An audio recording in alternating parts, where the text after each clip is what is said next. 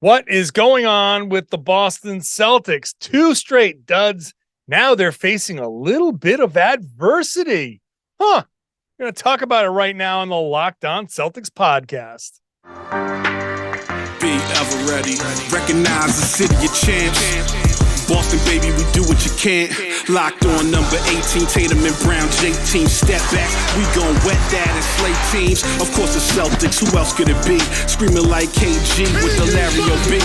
Karalis above average, assessing the team status. Best daily pod, no cap, salary matching. Clutch like Bird the DJ, keep John on replay. Prime time, dapping up the truth on the sideline. Raining J's, how it started, raising banners, how we finished. Locked on Celtics pod, home of the winners. B. Hey there, welcome back to the Locked On Celtics podcast, right here on the Locked On Podcast Network, where it is your team every day. And I'm here for you every day with a free, fresh podcast dropped directly to your device if you're a subscriber. So make sure that you are subscribed to this podcast. Wherever podcasts exist, that's where you'll find this. However you found it, that's where you can subscribe. Even on YouTube, if you're a first-time YouTube watcher, first-time listener, welcome aboard. I'm really happy to have you on board. Even after this game, where the Celtics lose by 20, their worst loss of the season, 113-93, to the LA Clippers. This was a disjointed mess of a game from the beginning. There was never any flow. There was never any continuity. There was never any sign of the Celtics offense that we've come to know and love and really just enjoy watching over the course of them racking up 21 wins so far. They're still the best team in the league, and there's no need to overreact. But my first take, my big overall take is, hey, how about this? The Celtics are now facing some adversity. Later on, I'll get into the individual performances and some of the Joe Mazzulla with the minutes and Grant Williams with the referee thing. And again, I'm going to do that again. And some of the other little things from the game. But my big take, the first thing that comes to my mind when my takeaway from this game is the Celtics now have some adversity. They had a stretch earlier in the season where, yeah, they lost 3 out of 4 games, but we didn't know who the Celtics were back then. Now we know the Celtics are the best team in the league, and everybody looks to the Celtics and say that has been the absolute juggernaut of this season. Jayson Tatum is an MVP candidate. Jaylen Brown is an All-NBA candidate. This team, Joe Mazzulla is a Coach of the Year candidate. All of these things. And now, over 2 games, and it's only 2 games, so the sample size is generally small, but the Celtics have gone from the best offense in the league to literally the worst offense in the league over the last 2 games. Their offensive rating is down to 99 over the last 2 games. So 2-game sample size means nothing, but it's just an indicator that the Celtics' overall offensive rating which is somewhere around 120, is down to 99 over the past 2 games. That's how bad their offense has been. They have not been able to kind of kickstart. It's like trying to start your car. If you're in New England right now and it's cold, you know how cold it is outside, and every one of us has had that moment where, depending on the car you drive, I've had moments like this in my life. It gets cold and you're like, oh boy, I hope this thing starts today. And that's what the Celtics offense has felt like.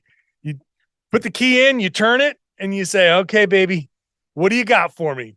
And that tells you how old I am, I guess, because I'm sure some of you younger folks would be like, you put your key in where? You turn a key to start a car? What? Yeah, that's how it used to go. Many of us have cars that you put a key in and you turn the key. So that's the analogy I'm making. Turning the key in the cold. I'm speaking to a lot of people my age in New England who know, like you try to, you get that engine try to turn. You're like, oh, damn it. I need a jump. I need a jump, which in this case would be Robert Williams or Al Horford coming back. But the Celtics offense is kind of stalled. And one thing that was abundantly clear in this game is that every miss felt short. Every miss hit the front of the rim. And that's just a team that is struggling with no legs. And after the game, Jayson Tatum did mention, he said in one of his answers, so I don't know if it's fatigue, I don't know if it's this, if it's that. He kind of casually mentioned the fatigue thing. Think that there is some of that. Definitely think that there is some of that. And I don't want to sit here like people are going to say, "Oh, you're making excuses." Hey, this is a long road trip. I normally cover all of these games at the Garden. I can't even remember the last time I was at the Garden. It was a long time ago, man. They will have been gone for 2 weeks. That's a long road trip. That takes a lot out of a team. Really makes me appreciate even more the Spurs rodeo road trips and how those teams navigated those rodeo road trips. But if you don't know what it is, Google it, because the Spurs go on these rodeo road trips that are just killers, super long trips. So I do think that there's some level of the shots aren't falling because they're just kind of, they have no legs. But and I do think that there is some level of they will find their legs back home. And even if they lose to the Lakers, which I know your stomach just churns when you think about that possibility. But even if they lose to the Lakers, they will have gone 3-3 on this road trip. And ultimately it's a fine trip. Going 3-3 in the road trip on the surface it's okay in the grand scheme of things. It's not okay considering how they've played, but in the grand scheme of things, you say, okay, you split your games on the road, you win your games at home, you get yourself a 60-win season and you're happy. But I do think that there is some level of concern with how they've played. And this level of adversity, this bit of adversity that they're facing is their first really big challenge as a team. It's the first really big challenge as a coach, as star players, as role players, because Tatum has not played well. Jaylen has generally played better. He played fine in this game in stretches. He was a -26, so I mean he was on the floor for the worst of the worst, but he shot okay. He was in foul trouble. So and he made a really bad decision, which he acknowledged after the game, after a bad turnover where he tried to make up for it in that same play, and he went for the block and ended up committing the foul, his third foul. And he's right. After the game, he said, who knows, if I don't do that, if I just let it go, maybe it's a different game. And maybe it is. Maybe it's not. It's hard to say because they played so poorly. It's hard to imagine any one little play making that big of a difference. But how they navigate out of this is going to be very interesting to see. And hey, every great story needs a little bit of drama. It needs a little bit of adversity. It needs a little bit of something. The protagonist has to have some sort of challenge, an obstacle, something to overcome. And here we are. The Celtics, the protagonists of this story, are in a spot here where they tried way too hard. I fully believe this. They tried way too hard against Golden State. They put way too much emphasis on that game, and it knocked them into a funk. They put way too much into sending a message to Golden State, and that I think carried over into this Clippers game where they almost kind of, I don't know, they knocked them, they knocked their spine out of alignment. Let's say now they're dealing with some sciatica. That's another old man reference that I can make, or anybody that deals with sciatica knows what I'm talking about. But they have done something to knock themselves out of sync, and they are trying to get themselves back into sync. Can they do it against the Lakers? I don't know. Maybe. It's going to be hard. Anthony Davis is playing out of control, but it's going to be hard to do. And they have to, but they have a choice to make. They have a choice to make, and that choice is, can we play the free-flowing style of offense that got us to where we need to be? Can the Celtics get back to that style of offense that was bailing out their poor defense? And I'll get into the poor defense because that was a big part of how the Clippers got going again. And look, not having Al Horford, big problem. Big problem. We're going to talk about that in just a moment. First, today's show is brought to you by PrizePicks, daily fantasy. Very simple, very fun, very easy to play. And because it's you against projections, statistical projections over unders, it's a lot more fun to play than a lot of these other daily fantasy sites. That's you against other people. And you know that these other people have technical advantages that make it hard. No, you go to PrizePicks, you pick 2 to 6 players, and if they score more or less than the projections, you can win up to 25 times your money on any entry. You versus the projections on any sport that you watch. I cannot stress the breadth of options that you have when it comes to sports. All the major pro sports, all the college sports, esports, NASCAR, tennis, MMA. You can even get to like disc golf and Euro basketball, cricket. You got plenty of options, and the entries can be made in 60 seconds or less. Super easy. Safe and fast withdrawals is maybe the more important thing here because you win, you want your money. It's currently operational in over 30 states and Canada. So download the PrizePicks app or go to prizepicks.com to sign up and play daily fantasy sports. First-time users can get a 100% instant deposit match up to $100 with the promo code Locked On. If you deposit $100, you get $100. If you deposit $50, PrizePicks gives you $50. Don't forget to enter the promo code Locked On at sign up for an instant deposit match of up to $100. Thanks for making Locked On Celtics your first listen every day. You can actually go to Locked On Lakers, make Locked On Lakers your second listen, because I will be on the Locked On Lakers podcast on the Tuesday podcast. And so go check it out wherever you get your podcast. You can watch the show on YouTube. Go leave a ton of comments on Locked On Lakers and represent the Celtics, represent Locked On Celtics. Go there and make your stand, make yourself known, because they are getting a little too uppity when it comes to the Lakers. Okay, Anthony Davis is playing pretty well, and yeah, our subscriber numbers go back and forth. We're very, very close to one another. So feel free to go into the Locked On Lakers comment section and stand your ground and represent the Celtics. Celtics didn't represent themselves very well in Los Angeles. They didn't shoot well at all. They finished 9 of 39 from 3, 23%, which is just, unfathomable for this team. I couldn't believe. It's very Princess Bride. Inconceivable. You keep using that word. I do not think it means what you think it means. The Celtics could not shoot. And the Celtics, it's so bad. And this is why I feel comfortable in saying it's an aberration. They shot 18 of 26 from the free throw line. It's the second straight game where they couldn't even make their free throws. That's an outlier. And after the game, Grant Williams said, I feel like these 2 games are outliers for us.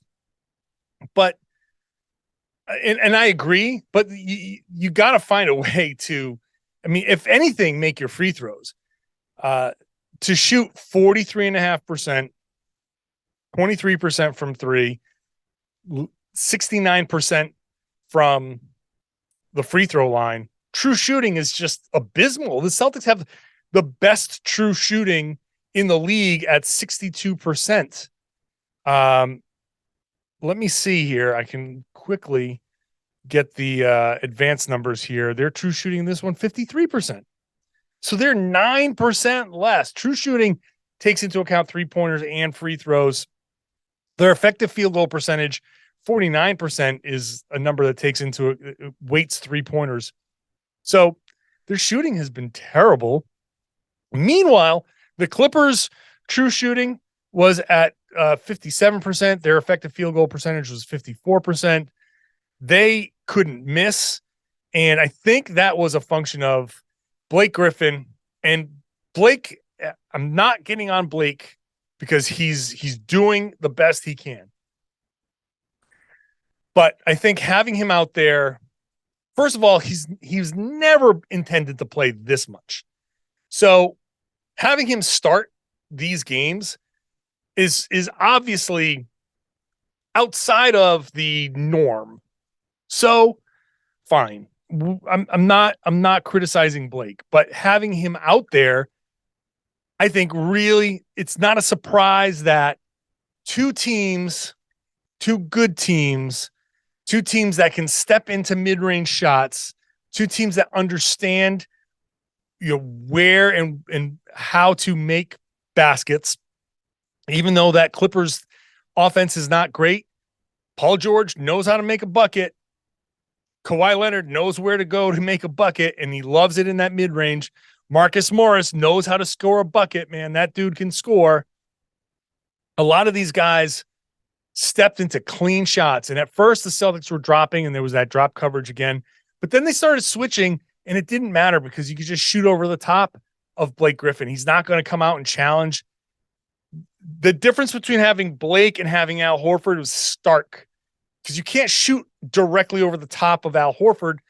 Not only is he taller and a better defender and is even at his age more spry than Blake Griffin, he recognizes things faster on the defensive end. He recognizes plays. He understands what the other team is doing. He understands what the entire Celtics defense is built around. He understands his teammates. So having Horford just on the defensive end can help prevent a little bit of Kawhi Leonard shooting 10 of freaking 12. I mean, come on. Marcus Morris, 6 of 8. Those guys, 16 of 20 for those two guys. That is, talk about outlier performances. Those are outlier performances. And Paul George drops 26, mostly from the free throw line. Hits a couple of threes, 8 of 22. The Celtics should be able to survive that. But I think defensively, letting those guys get going, same as the Golden State Warriors game. Guys got going early, and once that spigot was open, once that water was running, they couldn't cut that off. And the Celtics just could never get their offense running. And that there's blame to go around for everybody. Malcolm Brogdon did well, so he's out of the blame.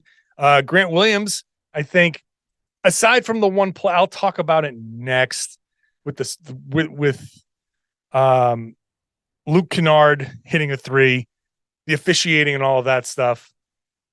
Aside from that, Grant was great. I thought Grant came in the third quarter and gave the Celtics a chance. But at every turn, every time the Celtics actually did get a stop, they turned the ball over in the middle of the lane.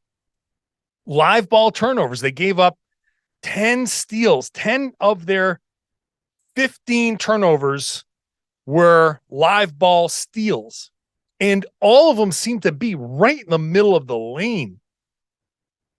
The Celtics, I didn't even know. I'll tell you what, I haven't even looked at the fast break points, but I'm willing to bet as I get ready to look at it right now, they're outscored by double digits.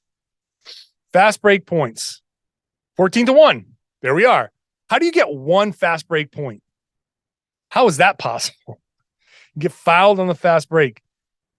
14-1. Points in the paint was even. Second chance points killed the Celtics too, 16-9. They gave up too many second chances, especially early on. But again, that's Blake Griffin. Blake Griffin, you have to make a decision. Like the first 2 plays of the game, the first one was Reggie Jackson just waltzing into a layup. And then a couple plays later, it was Zubac getting an offensive rebound. All of that stuff was directly tied to Blake defensively. But offensively, how many times has Al Horford hit huge shots? Now, everybody was in a funk, but who knows? Maybe Horford, if he was here, he could have hit a couple of these shots. Hard to say. But that I think is kind of just the basic flow of the game. The Celtics couldn't get into a flow. Tatum, again, not great. Couldn't hit threes, forced a couple. They had a couple of stretches there where they took quick shots. It was not just overall just a bad game. Bad game. Offensively, defensively. Once the Clippers got going, they couldn't be stopped. So up next, some of the more frustrating parts, including the officiating that just drives me nuts. That's coming up next. First, BetOnline, your number one source for all of your betting needs. Whatever it is that you want to get into, BetOnline has it. Latest odds, latest trends, every professional league, every amateur league out there. Check it out. Pro football, college football, bowl season is right around the corner here. Basketball, World Cup is still going on. It's all there at betonline.net. Sports podcasts, you love this sports podcast, you'll find even more at BetOnline as well. It's the fastest and easiest way to get everything you need for your betting information. You can head on over to the website. You can use your mobile device if you'd like to do that. Very easy to use. BetOnline is where the game starts. Please gamble responsibly. Thanks for making Locked On Celtics your first listen every day. Head on over to Locked On Sports today to make that your second listen. If you want to get caught up in the world of sports, 22 minutes, everything you need to know, local experts, coverage like you'll never find anywhere else. Check it out, Locked On Sports today, wherever you found this podcast, and it's also on YouTube. After the game, Tatum, very interesting comments from these guys lately. Tatum said, we want to be perfect so bad. And this is where he had the quote where he said, whether it's fatigue, maybe we're playing too tense, but we're not perfect. We're not going to be perfect. I think we want to be perfect so bad. We've been playing so well this season that when we haven't these past two games, it's felt a little bit worse, which, as he says, is a good thing, right? Everyone in the locker room feels like they should win every game. They're not just brushing off these losses. It hurts them to a certain degree. And Tatum said, look, we got to get back to having fun. This is basketball. We get paid a lot of money, and we shouldn't be that tense. It's not the finals. It's December 12th. This won't matter in 4 months, but we got to have fun along the way. The Celtics have to get back to playing free, playing fun. And as I've said in the past couple of podcasts, that comes from confidence and building yourself up to a point where it doesn't matter who the opponent is. You're going to approach every game the same way. And maybe you have different game plans, but mentally you approach the game the same way. The Celtics can't have these lapses. They can't have these times where they let the officiating get the best of them. And the one play here that's the most egregious thing. Now it's a 14-point game, and the Celtics, it seemed like they got to stop. Okay, they didn't, because a backcourt violation wasn't called. The referee thought that the ball was tipped. She was signaling that the ball was tipped. When Luke Kennard went back to get the ball, there was no whistle. So Grant Williams is pointing the other way and walking. Yay, we forced the turnover. Nope, no whistle. Get back, play defense. Marcus Smart looked at it and was jumping around. No whistle. Get back and play defense. Stop jumping around. Stop arguing in that moment. We get it. There was a blown call. No one is disputing the fact that it was a blown call. No one's disputing what happened in the moment. But Grant Williams even admitted to this, to his credit. When that play happened and you get so caught up that your reaction is to look to the official and scream, instead of recognizing that your guy has the ball, he is a great shooter, and he is about to step into a shot, that right there was the capper. That made it a 17-point game with 8:30 to go. The Celtics were never playing good enough to get back from that kind of deficit. They could have 17 points in that situation. Feels like a lot, but if they had continued to play the way they were playing kind of at that point, they were starting to pick up their defense. They were starting to pick things up. But that play is indicative of how easy it is for the Celtics right now to get pulled out of what they do and to let their emotions get the worst of them. I yell at Grant on this podcast plenty, and he's done this before, and he does this. I hope really strongly, I hope that he looks at this play as like a rock bottom moment, because Grant has now been ejected twice this season, and he's had multiple moments where arguing has cost him, and this is the most egregious one. You can't let this happen.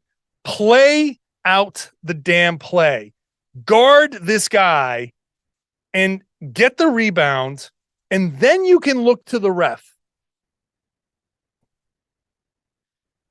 It's infuriating. And these guys, they just have to find it somewhere within themselves to put this away. Just get rid of this element of your game.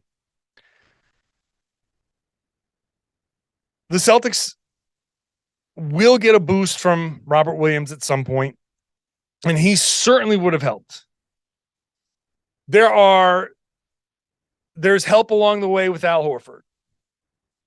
But the Celtics, as Jayson Tatum has said multiple times, the Celtics have a choice to make. On this road trip, the Celtics have their best win of the season. 2 of their best wins of the season. One, their biggest blowout win, their just demolition of the Phoenix Suns. But you go back to that Raptors game and how they looked in the first half and how they came out and in the second half and made a choice and got through this level of adversity. They could have done it against the Clippers, but they could just never get themselves together. Tatum can't get himself together. Jaylen was in foul trouble. Smart as the point guard, it's not doing a good enough job organizing these guys. They have to find their way out of this. They have a choice to make here, and I'm very curious to see how quickly they can make this choice. You come out of this, you've got the Lakers next. The Lakers, you lose to the Lakers, that's going to be a huge game for LA. And this is a huge, think about the 3 teams that they're facing here.